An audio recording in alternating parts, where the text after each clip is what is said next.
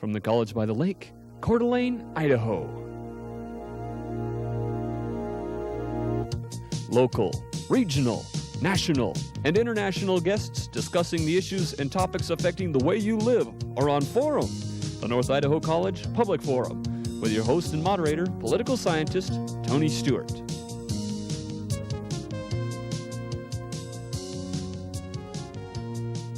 Welcome to the North Idaho College Public Forum.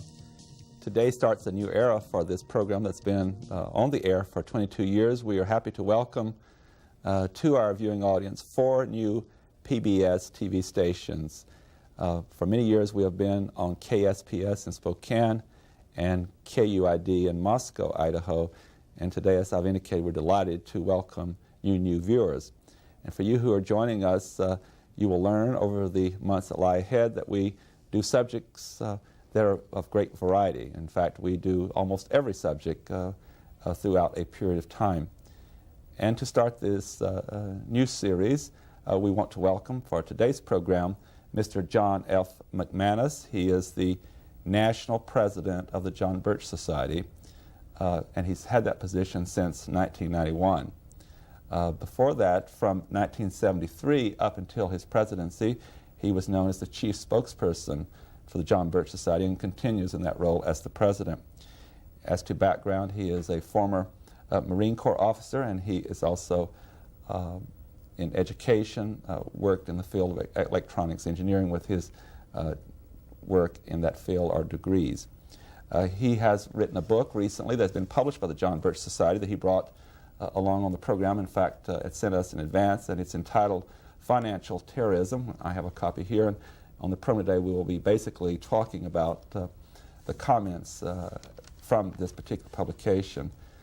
As I indicated to our audience, Mr. McManus, we do a variety of things. Some things are in the field of politics and arts and humanities, and today we're dealing with your organization. And welcome to Coeur d'Alene, Idaho. We know you're from Massachusetts and that your national headquarters is in Appleton, Wisconsin. But welcome to the Northwest. Thank you very much. It's nice to be here. And as always, I'm very pleased to have a regular panelist, Janelle Birch, who is an attorney in the state of Idaho and is the law clerk for the administrative judge of the 1st Judicial District.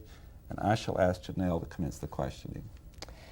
Well, John, you are here in Coeur d'Alene with us as president of the John Birch Society. Can you tell us, what is the John Birch Society exactly? Who belongs to it? How many members are there? John Birch Society, if you had to describe us in 2 words, you'd say information agency.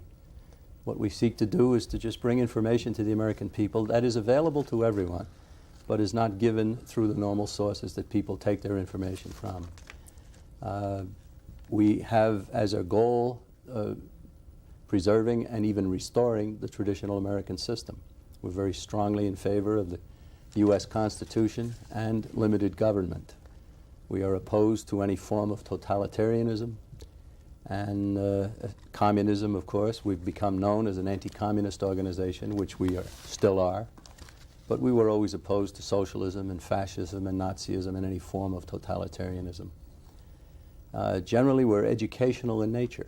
In fact, we're chartered as that under the laws of the state of Massachusetts, where we were originally founded.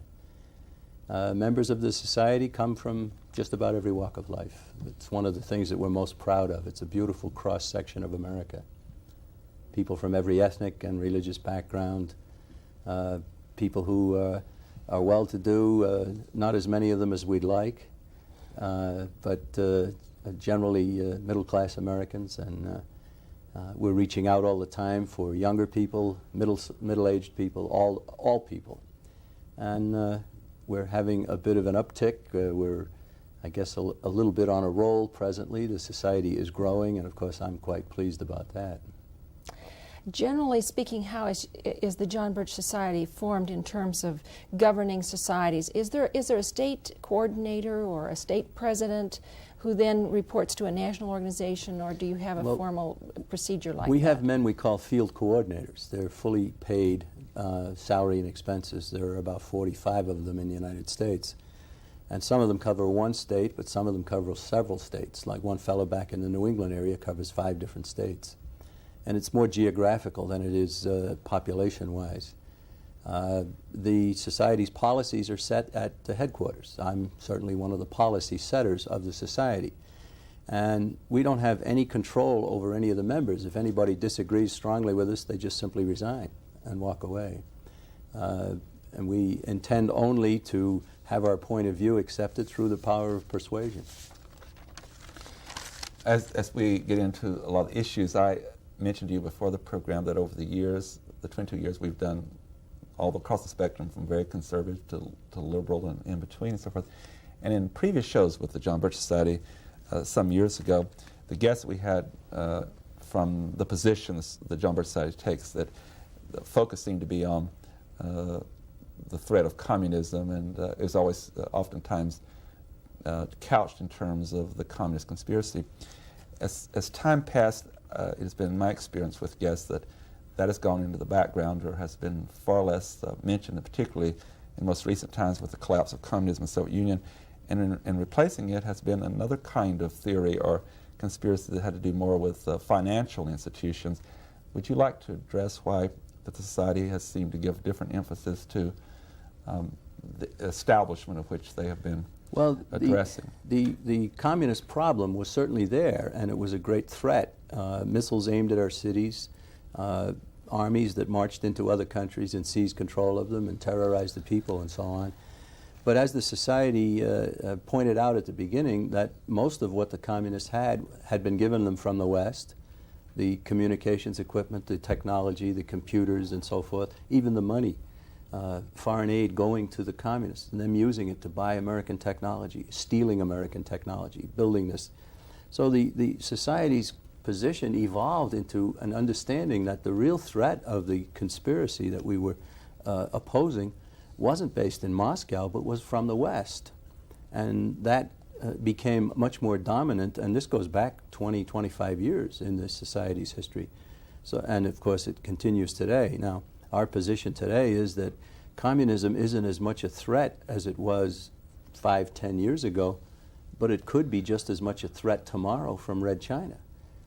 And when a communist decides to stop calling himself a communist and instead calls him a socialist, the Birch Society says it's hardly time to run up the victory flag, because they were always after socialism in the first place. In fact, we go so far as to say the difference between a communist and a socialist is simply the route to the same goal. They want totalitarian control. A communist will enforce it with a lightning quick blow. A socialist will get the people to vote themselves into the condition. That's what's happening in the United States, and that's what we're trying to alert the American public about. Janelle Birch.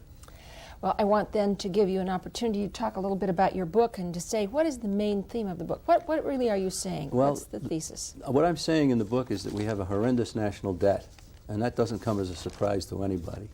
But what I also say is that that debt is deliberately been brought about by people who want to create a chaotic situation in the financial economic realm, so that they can then offer the solution that they really want, which is world monetary control, world government, the New World Order.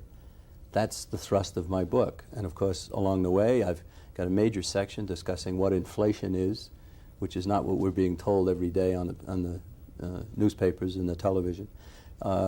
Discussion of the Federal Reserve and where that fits into conspiratorial plans to lead and control the world, and then a solution to the problem.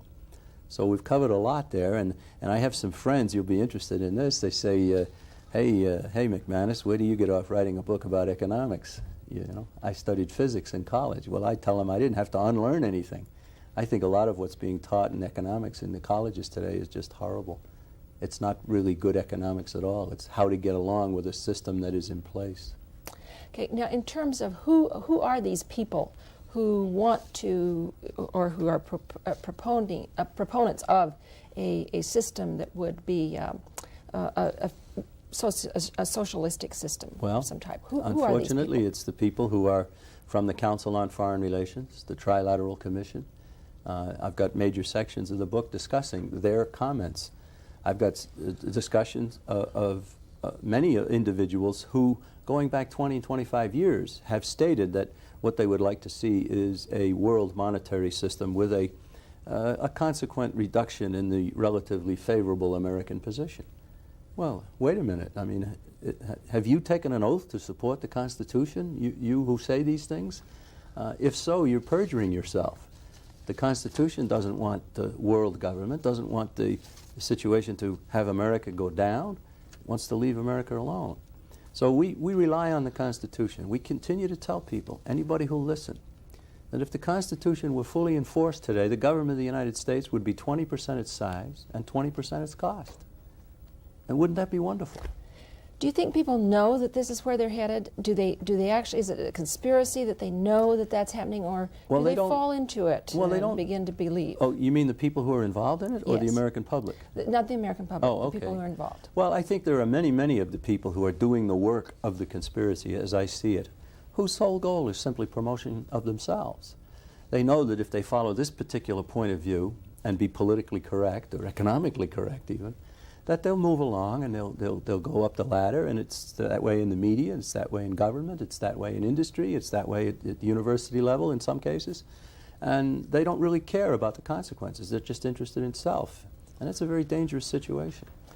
So we don't feel that there are that many conspirators, people who really do want to rule the world. And I suspect that your listeners are saying to yourself, well, you know, I don't want to rule the world, and I'm sure neither of you wants to, nor do I. I don't want to rule the world, but there are people who do. There are people who want to seize control and to make everyone else do their will, be slaves, in other words. And if you overlook that possibility, then you've got to rewrite history, because history reeks with it. I have just one further really short, quick question. Are you using the term socialism and world government somewhat synonymously? Well, no. What I would do is define the term the New World Order. We've heard a lot about that. President Bush never defined it, even though he used it many, many times. 25 years ago, Robert Welch, who was the founder of our society, now deceased, told us that New World Order, that phrase, is the slogan of a conspiracy that means to rule the world, and that the phrase itself has two elements: political control through world government and economic control through socialism. All right? Now, the communists always wanted socialism. USSR was Union of Soviet Socialist Republics. What is socialism? Economic control of the people by government. Taxation, regulations, controls, bureaucracy, big brother government. That's what we're getting.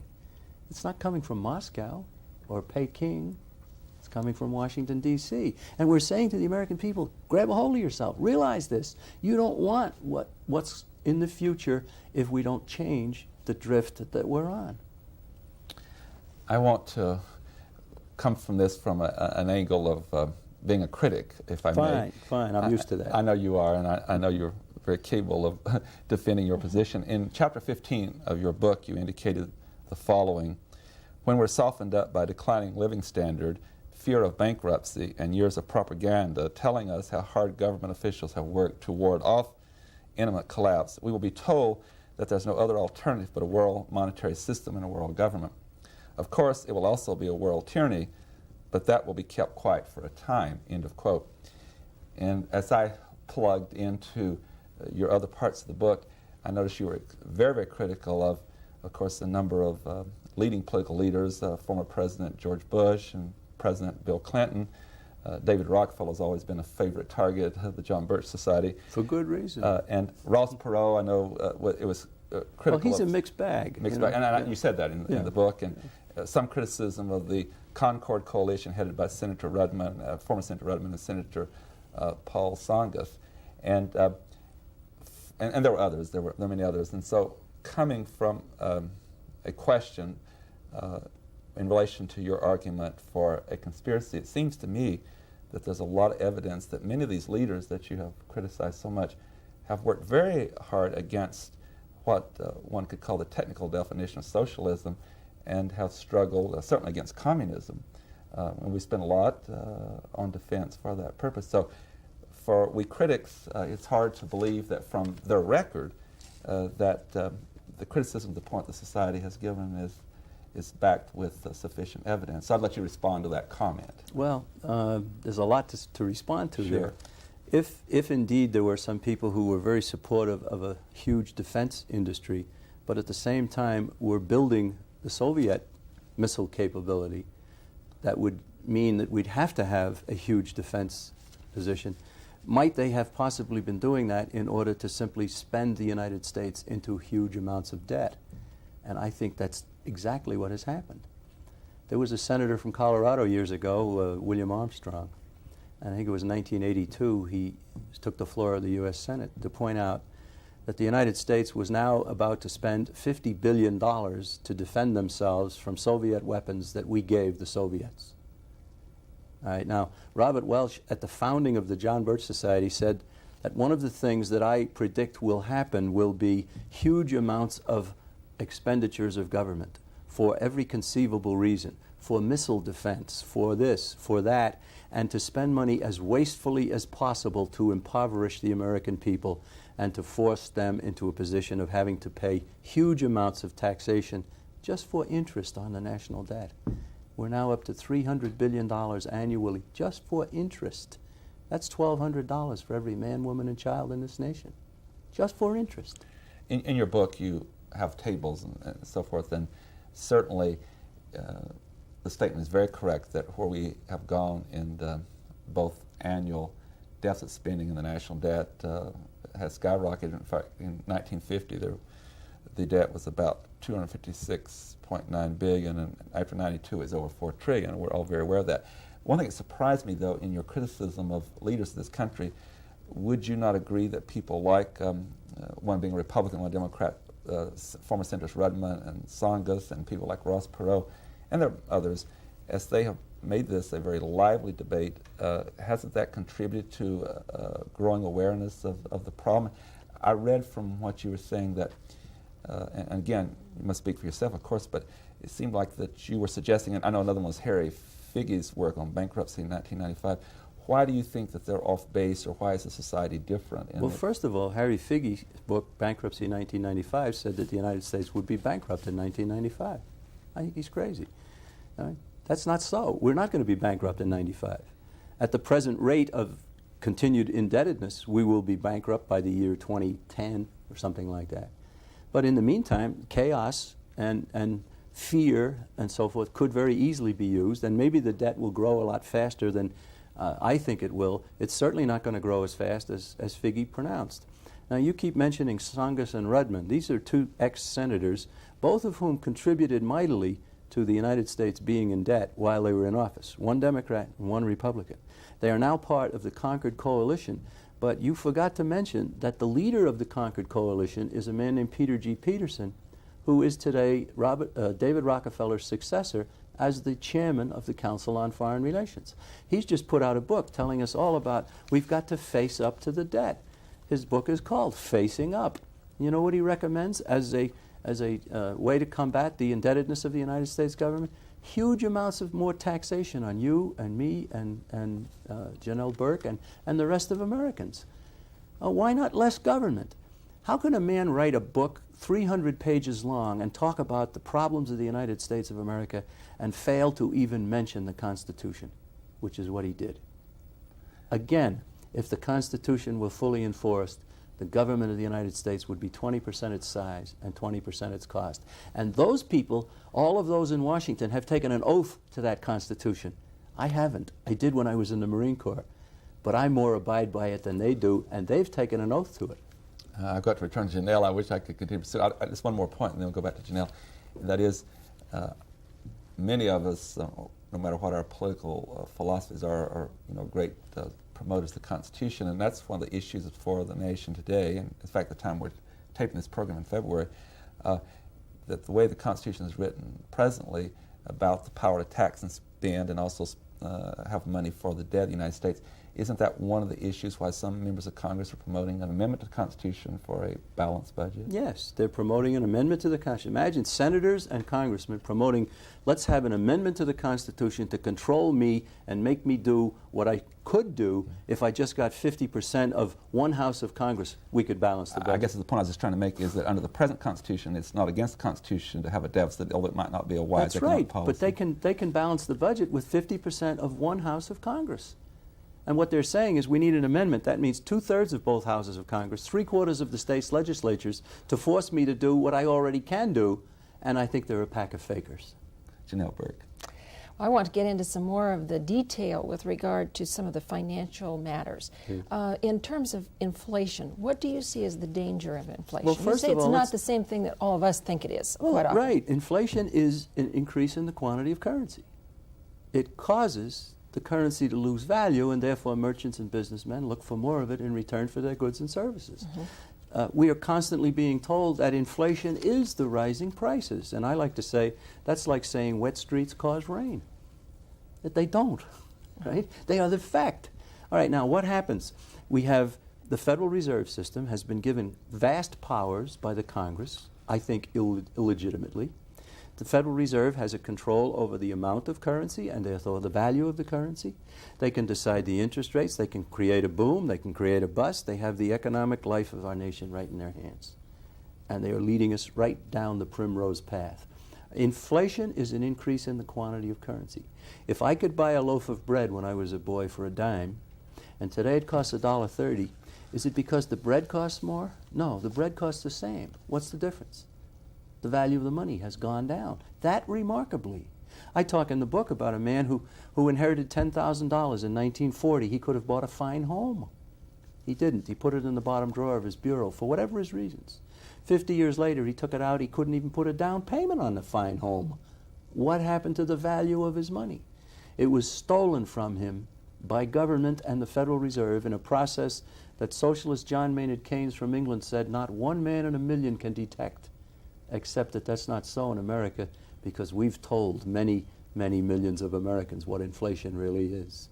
So Alan Greenspan comes along and he says, we've got this great problem of inflation, and he's talking about prices rising because he has been increasing the amount of currency and destroying the value of the dollar. So he says, okay, now what are we going to do? I've got power. I'm going to raise interest rates. I'm going to do this. I'm going to do that. To treat a problem that he caused in the first place, that he's misdefined and kept the people in complete ignorance. Well, that's why they don't like the John Birch Society. Okay, what's going to happen, though? What's the danger in the inflation? The danger is eventually the value of the currency will completely evaporate, as it did in Germany in 1924, and the hardship that the German people went through because of that made them so bitter that when Adolf Hitler came along, they said, okay, let's go for this guy. He'll restore German pride, and look what he did to Germany. Okay, now what happens then in terms of the world government? How does this lead to the world government? Well, I don't think that that is going to happen. I don't think that the currency in the United States is going to be completely valueless. I think we're going to get further and further along towards that.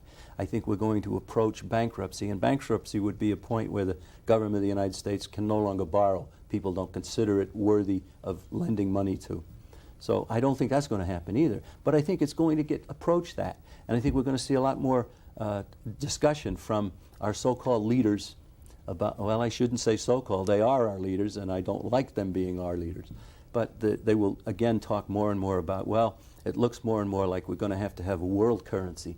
And if we have a world currency, world government, we lose our sovereignty and forget America. And I don't want that to happen. Certainly, it's been on the record for a long time that the John Birch Society very much opposes the Federal Reserve System. You've indicated today you think it's unconstitutional. Yes. In relation to, in the short time that we have on a program like this, discussing the economic crisis and problems, what other proposed solutions does your society have other than the abolition of the Federal Reserve System? We'll go back to what we had prior to that. We had U.S. Treasury-backed currency backed by gold and silver. Let's do that. That's honest money. That's what the Constitution calls for. That's all it calls for. It didn't call for creating an organization in private hands able to issue currency that has absolutely nothing behind it. And that's what we have today. I talk in the book there about an article that appeared in National Geographic magazine. Fascinating article. January 1993. And a fellow had gone to the Federal Reserve. It's called The Power of Money, the article. He went to the Federal Reserve. They had just purchased $100 million worth of Treasury bills. So he asked the Fed official, where'd you get the money? The Fed official very bluntly says, we created it. It's money that didn't exist before. And it took on value by lowering the value of everybody else's currency. Anybody who holds money in the United States was defrauded by that single act, and they do it all the time. And it's got to stop.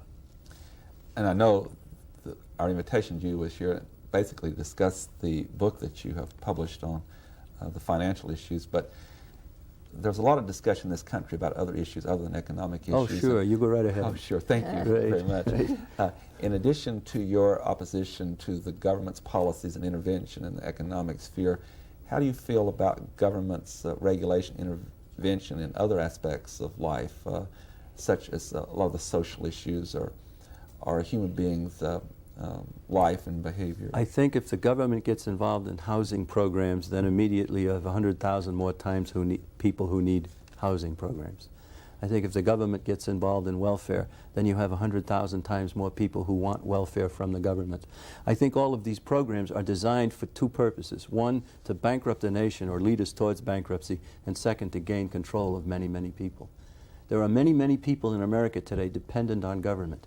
And I defy anybody, I don't mean this contentiously, I defy anybody to find justification in the Constitution of the United States for the federal government to be involved in foreign aid, housing, welfare, medical care, energy, transportation, agriculture, and so on. It just isn't there. And they've taken an oath to support that Constitution. And they haven't made all of these situations better, they have made them worse. There's a Libertarian Party in the United States, as you well know, and Yes. it's quite active. And so when you get out all the areas that you're identifying that have some economic implications, they deal with other areas that don't, that regulates behavior and so forth. How close is your position as a society to the Libertarians' position? For example, Libertarians oppose censorship and so forth in those areas. Well, we believe everybody should censor their own family. Government censorship, very, very skittish about it. But we do differ with them. They are, in fact, to the right of the John Birch Society. They want less government than we do. They don't want any laws against abortion. They don't want any laws against promotion of drugs and so forth, the illicit drugs. On economic matters, we generally agree, but we have no affiliation with them, and we want none. They're a political movement. We're not. We're an educational movement. And we don't choose candidates, we don't nominate candidates, and we don't see any need to. What we do is the pre-political activity, lay the base for others to go ahead and choose candidates of their choice. And you don't actually endorse or oppose Never candidates? Never have. It's No. just information gathering. I have a signal from our crew that we're out of time. On behalf of Joan Burke and our staff, Mr. John McManus, President of the John Birch Society, thank you for coming by our studios today. Well, it goes fast. While you were in the Northwest. Thank you for having me. Ladies and gentlemen, again, I want to welcome those new viewers that we have, particularly around the state of Idaho, where most of these PBS stations are. And I'd like to invite you to be with us again next week when we will deal with travel to South America. And as I indicated at the beginning, we do touch on a variety of subjects over the year. Thank you for being with us, and I'd like to invite you to be with us again the same time next week when we will discuss that particular subject. Until then, please have a good week. I am Tony Stewart.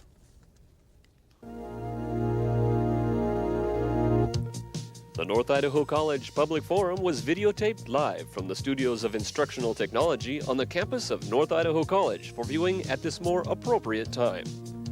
We invite you to join us again next week for another all-new edition of the North Idaho College Public Forum on this public television station.